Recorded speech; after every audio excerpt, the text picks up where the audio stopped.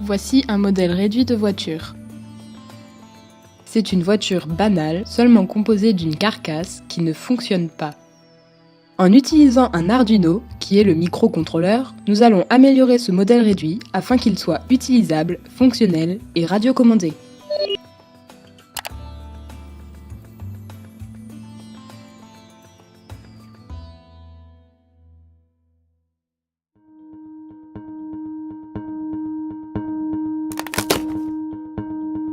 Pour faire fonctionner cette voiture, nous avons besoin des matériaux suivants. Un Arduino 10.000, un pont en H, un joystick, une batterie, des fils et un tournevis. Le fonctionnement de ces matériaux vont être expliqués au fur et à mesure de l'utilisation. Le protocole est le suivant.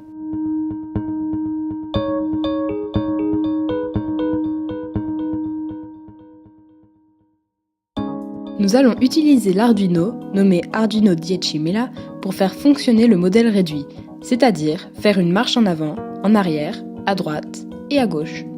Connectons le joystick vers l'Arduino. Un joystick est un bouton amovible permettant d'envoyer des informations pour que la voiture avance, recule ou aille sur les côtés. Pour cela, nous connectons les fils selon notre souhait.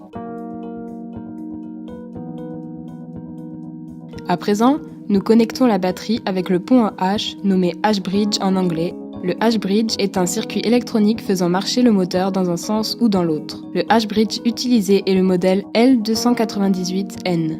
Pour cela, nous connectons le fil correspondant avec la batterie. Le positif plus dans la borne positive et le négatif moins dans la borne négative. Pour insérer ces fils, comme nous le voyons, nous dévissons la vis.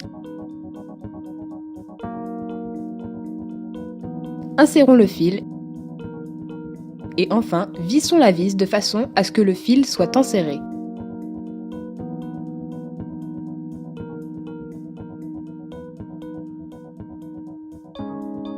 À présent, nous connectons le H-bridge vers l'Arduino pour que le transfert d'informations puisse avoir lieu et ainsi faire fonctionner le moteur.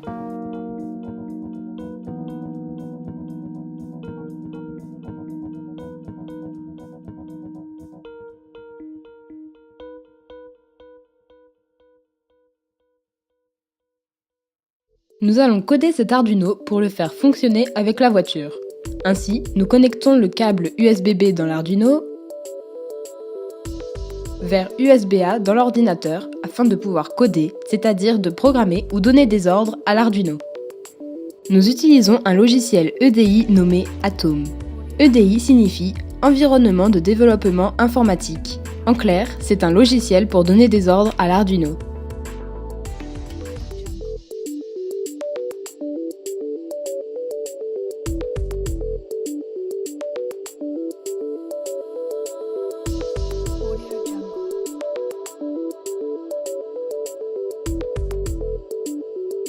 Une fois que le code a été écrit, nous pouvons le transférer vers l'Arduino.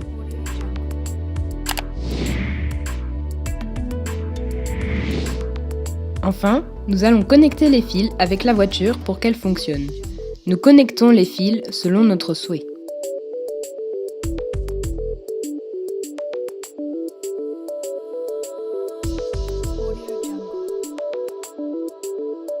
Nous obtenons donc une voiture fonctionnelle, contrôlable avec un joystick, mais pas encore contrôlable sans fil.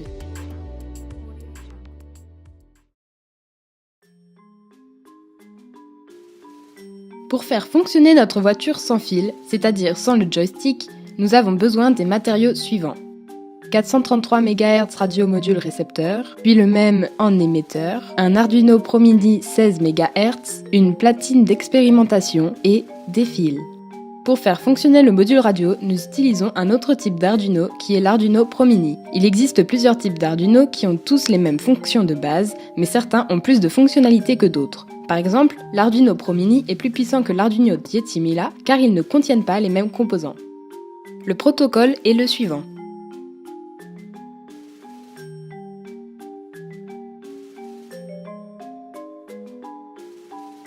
Nous connectons la terre, ou le ground plus couramment dit en anglais, vers le H-bridge. Le ground est une référence permettant de déterminer le voltage étant une différence.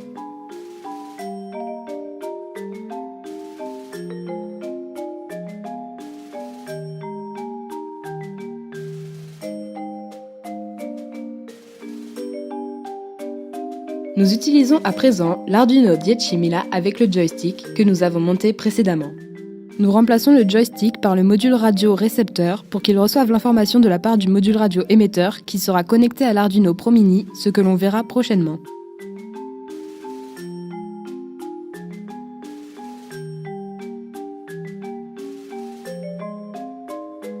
Enfin, nous réajustons les fils entre le H-Bridge et l'Arduino 10.000 qui a été connecté précédemment.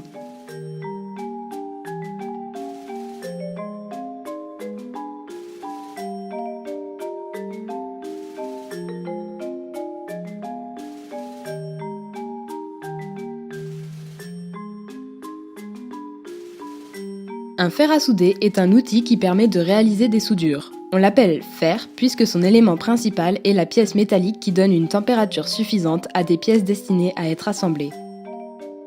Nous avons soudé l'Arduino Pro Mini pour pouvoir l'utiliser. Pour lier les différentes parties de l'Arduino entre elles, il faut les souder à l'aide d'un fer à souder ainsi que de l'étain. Le fer à souder qui est chaud fait fondre l'étain sur les parties de l'Arduino à souder et l'étain, en refroidissant, se durcit et se fixe sur les matériaux avec lesquels il est en contact. Ensuite, pour éviter les éventuelles erreurs pouvant être faites comme le fait de mettre trop d'étain ou de le mettre dans un endroit non approprié, on utilise un correcteur, une sorte de petit aspirateur permettant d'arranger la forme de la bulle d'étain et ainsi faire un travail propre. Voici le résultat de la soudure. Comme nous pouvons le voir, l'étain s'est refroidi en forme de bulle. Nous connectons la platine d'expérimentation ou breadboard ainsi que l'Arduino Pro Mini avec le joystick.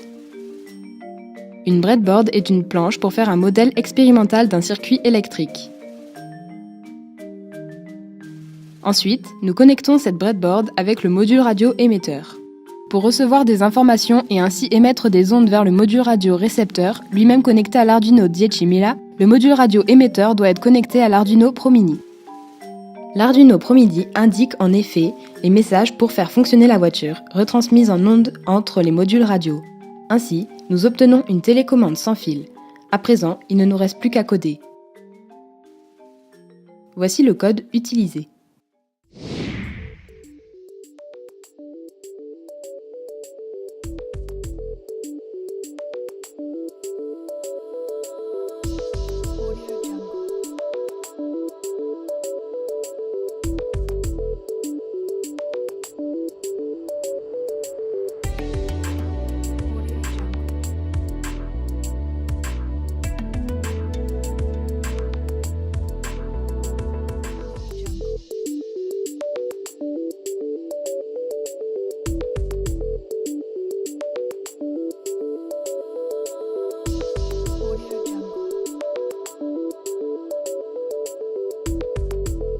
Une fois que le code a été écrit, nous pouvons le transférer vers l'Arduino.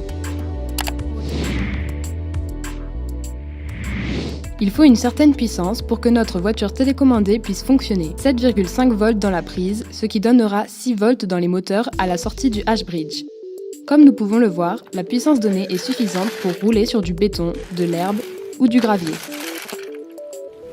À partir de cela, nous pouvons imaginer ce véhicule avec adaptation capable d'aller sur des terrains hostiles à l'être humain. Le module radio émetteur étant connecté à l'Arduino et envoyant des ondes vers le module radio récepteur, la voiture peut fonctionner. Notre voiture est ainsi fonctionnelle, mais également contrôlable sans fil.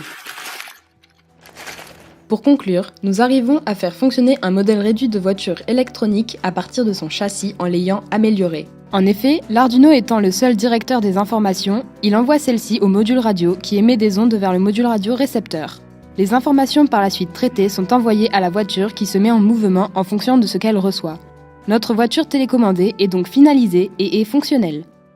Cette autre voiture est également une voiture télécommandée, mais cette dernière est faite dans des usines afin qu'elle soit commercialisée. Nous pouvons constater que le principe est le même. Un module radio émetteur intégré dans la télécommande envoie des informations comme avancer, reculer, aller à droite et aller à gauche vers un module radio récepteur intégré dans la voiture. Notre voiture télécommandée ressemble plus ou moins à cette voiture commercialisée dans le principe de fonctionnement.